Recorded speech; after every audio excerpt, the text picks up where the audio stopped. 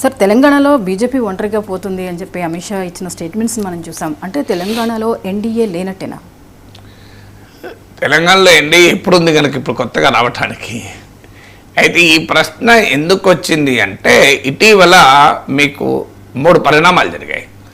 ఒకటి, నరేంద్ర మోడీ హైదరాబాద్ వచ్చినప్పుడు తెలంగాణ బీజేపీ నాయకులతో గడిపిన సమయం కన్నా ఆంధ్రప్రదేశ్ ముఖ్యమంత్రి ఉప ముఖ్యమంత్రి ఇంటికి వెళ్ళి గడిపిన సమయం ఎక్కువ. దానివల్ల ఇక్కడ జిహెచ్ఎంసీ ఎన్నికల నేపథ్యములో ప్రధానమంత్రి హైదరాబాద్ పర్యటన జరగడము, హైదరాబాద్ పర్యటనలో ప్రత్యేకించి ముఖ్యమంత్రి, ఆంధ్రప్రదేశ్ ముఖ్యమంత్రి, ఉప ముఖ్యమంత్రి ఇళ్లకు వెళ్ళి ఎక్కువసేపు గడపడము. సో ఇది జిహెచ్ఎంసీ ఎన్నికల్లో టీడీపీ జనసేన పార్టీని అభిమానించే ఆంధ్రప్రదేశ్ ప్రాంతం నుంచి వచ్చి హైదరాబాదులో స్థిరపడిన ఓటర్లను దృష్టిలో పెట్టుకొని బీజేపీ ఒక రాజకీయ వ్యూహాన్ని రచిస్తోంది అన్న భావన కలిగింది. ఆ తర్వాత సెకండ్ డెవలప్మెంట్ మహానాడులో లోకేష్ వర్కింగ్ ప్రెసిడెంట్ అయిన తర్వాత జరిగిన మొదటి మహానాడు. అందులో లోకేష్ ఏమన్నాడు, అండమాన్స్లోను తెలంగాణలోను తెలుగుదేశం పార్టీని మళ్ళీ పూర్వ వైభవం తెప్పించే బాధ్యత నా పైన ఉంది అన్నారు. అంటే తెలంగాణలో రీఎంట్రీ కొరకు తెలుగుదేశం ప్రయత్నం చేస్తోంది. అది second development. Third development, Pawan Kalyan తెలంగాణలో మీటింగ్ పెట్టే ప్రయత్నం చేయడం. ఆ మీటింగ్లో అనౌన్స్ కూడా చేశారు, తాము తెలంగాణలో పోటీ చేయబోతున్నామని. ఈ 3 పరిణామాల నేపథ్యంలో అంతకుముందు బీజేపీ నేతలు పవన్ కళ్యాణ్తో కలిసి మద్దతు అడిగిన కాంటెక్స్ట్ ఉండడము, గతంలో బీజేపీ జనసేన పొత్తు పెట్టుకున్న కాంటెక్స్ట్ ఉండడము, ఇంకా ముందుకెళ్తే 2014లో బీజేపీ తెలుగుదేశం పొత్తు పెట్టుకున్న సందర్భం ఉండడము, ఆంధ్రప్రదేశ్లో బీజేపీ టీడీపీ జనసేనతో కలిసి ఉండడము. ఈ ఫ్యాక్టర్స్ అన్నీ కలిపినప్పుడు తెలంగాణలో కూడా మళ్ళీ ఎన్డీఏ పాలిటిక్స్ వస్తాయా అంటే బీజేపీ టీడీపీ జనసేన కలిసి జిహెచ్ఎంసీ ఎన్నికల్లో పోటీ చేసి ఇక్కడ మంచి ఫలితాలు కనుక వస్తే రేపు అసెంబ్లీ ఎన్నికలకు 2028 కూడా కలిసి పోటీ చేసే అవకాశాల గురించి వార్తా కథనాలు వచ్చాయి. అయితే బీజేపీలోనే దీనిపైన 2 రకాల అభిప్రాయాలు ఉన్నాయి. ఒక అభిప్రాయం ఏమో ఆంధ్ర రాయలసీమ ప్రాంతాల నుంచి వచ్చిన వారు ఈ తెలంగాణలో హైదరాబాద్లోనే లేరు, ఇతర ప్రాంతాల్లో కూడా ఉన్నారు, వారు తెలంగాణ పౌరులే. వారి ఆరిజిన్ ఏముంది, ఎక్కడి నుంచి వచ్చినా అల్టిమేట్లీ వాళ్ళు తెలంగాణలో స్థిరపడ్డారు కనుక తెలంగాణ పౌరులే. కానీ ఎంత కాదన్నా ఆంధ్రప్రదేశ్ రాజకీయాల ప్రభావం వాళ్ళపైన ఉండవచ్చు అని అనుకున్నారు. ఉంటుందా లేదా తర్వాత సంగతి.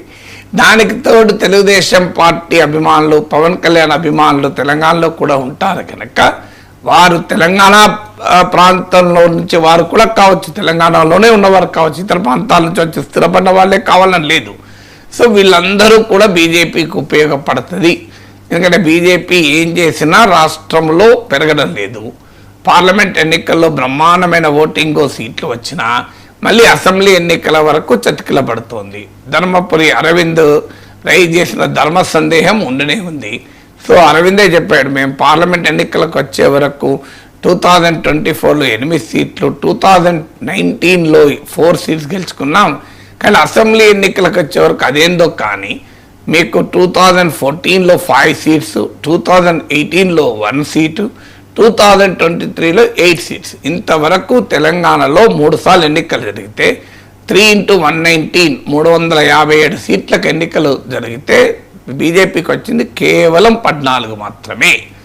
సో ఇది సహజంగానే ధర్మపురి అరవింద్కి వచ్చిన ధర్మ సందేహమే కాదు, ఇది బీజేపీ సగటు కార్యకర్తలో ఉండే ఆవేదన. ఎందుకని మనం అసెంబ్లీ ఎన్నికలకు వచ్చే వరకు పర్ఫామ్ చేయలేకపోతున్నామని.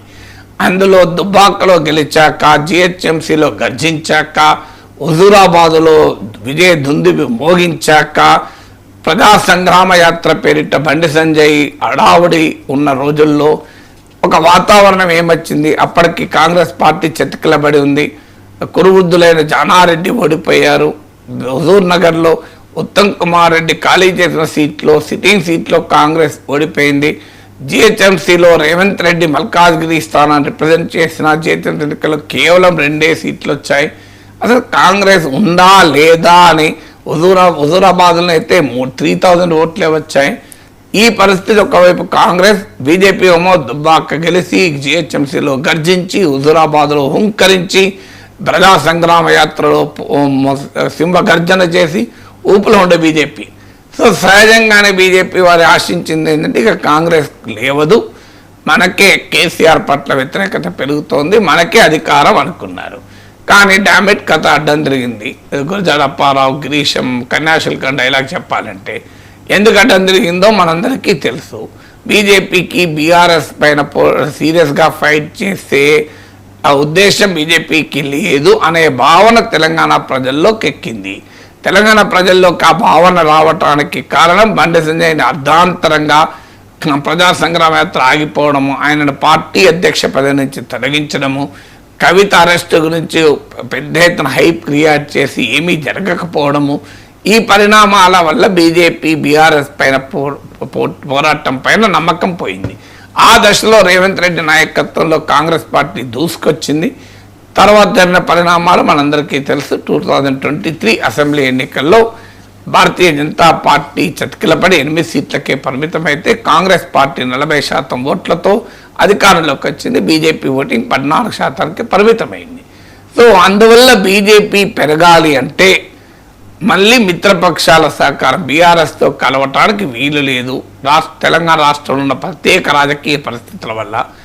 ఇక మిగిలింది ఎవరు? టీడీపీ, జనసేన కలుపుకుంటే కాస్త మళ్ళీ రికార్డింగ్లోకి రావచ్చని. ఎందుకంటే 35% లోక్సభ ఎన్నికల్లో తెచ్చుకున్నాక కూడా బీజేపీ కదలలేదు, బెదలలేదు. జూబ్లీహిల్స్ ఉప ఎన్నికలో దాదాపు డిపాజిట్ కూడా రావడం కష్టమైపోయింది. సికింద్రాబాద్ కంటోన్మెంట్ ఎన్నికల్లో ఓడిపోయింది. సో ఈ పరిణామాల తర్వాత తెలంగాణలో బీజేపీ ఏంటి, మళ్ళీ బీఆర్ఎస్ఏ దూసుకొస్తుంది ప్రధాన ప్రత్యామ్నాయంగా స్పష్టంగా జిహెచ్ఎంసీ ఎన్నికలు రుజువు చేశాయి. ఈ Jubilee Hills Secunderabad cantonment by election రుజువు చేశాయి కదా. సో తర్వాత అందువల్ల ఇప్పుడు బీఆర్ఎస్తో అపోజిషన్ స్పేస్లో పోటీ పడాలి. కాంగ్రెస్తో తర్వాత సంగతి. ముందు కాంగ్రెస్కు ప్రత్యామ్నాయం తామే అన్న భావన రావాలంటే బీజేపీ బీఆర్ఎస్ను అధిగమించాలి. అందుకొరకు టీడీపీ, జనసేన మద్దతు తీసుకుంటుందా, అది జిహెచ్ఎంసీలో కలిసి వస్తుంది కదా అనేటువంటిది బీజేపీలో ఒక వర్గం. ఇంకో వర్గం ఏంటంటే తెలంగాణ రాష్ట్ర ఏర్పాటుకు తెలంగాణ అస్తిత్వమే మూలము. తెలంగాణ అస్తిత్వం మూలం ఉన్నప్పుడు ఆంధ్ర మూలాలున్న రాజకీయ నాయకుల నాయకత్వం ఉన్న పార్టీలు ఏవైనా తెలంగాణలో మనుగడ సాధించలేవు. అది టీడీపీ కానీ, జనసేన కానీ, వైసీపీ కానీ, వైఎస్ఆర్ తెలంగాణ పార్టీని శర్మలో పెట్టుకున్నా కూడా ఏ ప్రభావము చూపలేదు. ఒక 2018లో కాంగ్రెస్ పార్టీ టీడీపీతో కలిసి మహాకూటమి ఏర్పాటు చేస్తే తెలంగాణలో వచ్చిన అవకాశాన్ని కూడా జారవిడుచుకుంది. సో ఇలాంటి పరిస్థితుల్లో మనం కలిస్తే మనకు ఇంకా ప్రమాదం ఏర్పడుతుంది. బీజేపీలో ఇంకో వర్గం. ఈ ఇద్దరి మధ్య ఆ భిన్నాభిప్రాయాలు అలాగే ఉన్న సమయంలో పవన్ కళ్యాణ్ తెలంగాణలో పోటీ చేస్తామని ప్రకటించడంతో ఊహాగానాలకు మళ్ళీ రెక్కలొచ్చాయి. ఇప్పుడు అమిత్ షా సయాన ప్రకటించాడు, తెలంగాణలో మాది ఒంటరి పోరే, ఎన్డీఏ లేదు అని. ఇండైరెక్ట్గా చెప్పడమే కదా, డైరెక్ట్గా చెప్పడం ఇండైరెక్ట్ ఉంది. పక్కనున్న ఆంధ్రప్రదేశ్లో బీజేపీ, టీడీపీ, జనసేన కలిసి ఉన్నాయి. తెలంగాణలో టీడీపీ ఉంది, పూర్వవైభవం కొరకు ప్రయత్నం లోకేష్ చేస్తున్నాడు. జనసేన ఉంది, దానికి పవన్ కళ్యాణ్ స్పష్టంగా ప్రకటించాడు మేము పోటీ చేస్తామని. అంటే ఆంధ్రప్రదేశ్లో బీజేపీ, టీడీపీ, జనసేన కలిసి ఉంటాయి. తెలంగాణలో BJP versus TDP, BJP versus Janasena అనే ఫైట్ ఉంటుంది. టీడీపీ, జనసేన అయినా కలిసి పోటీ చేస్తా తెలియదు. సో ఈ కాంటెక్స్ట్లో ఎన్డీఏ ఇక లేదు, తెలంగాణలో ఎన్డీఏ అనే ప్రసక్తే లేదు, ఒంటరిగానే పోటీ చేస్తాం అని అమిత్ షా ప్రకటించిన ఒక సిగ్నిఫికెంట్ డెవలప్మెంట్. ఆ క్లారిఫికేషన్ ఎందుకు ఇప్పుడే వచ్చింది మనందరికీ తెలుసు. దానిపైన నేను ఎక్కువ మాట్లాడడం బాగుండదు. ఇటీవల జరిగిన పరిణామాల నేపథ్యంలో భారతీయ జనతా పార్టీలో కలవరం పుట్టవచ్చు.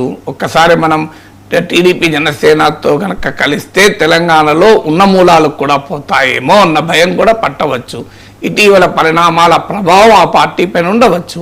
అందుకే కదా పార్టీ జాతీయ నాయకత్వం ఇంత తొందరగా, ఇంత ముందుగా, ఇంత చర్చ నడుస్తున్న సమయంలో క్లారిటీ ఇచ్చి మేము ఎన్డీఏ కాదు ఒంటరిగానే పోటీ చేస్తామని ప్రకటించారు కదా. సార్, సుదీర్ఘకాలం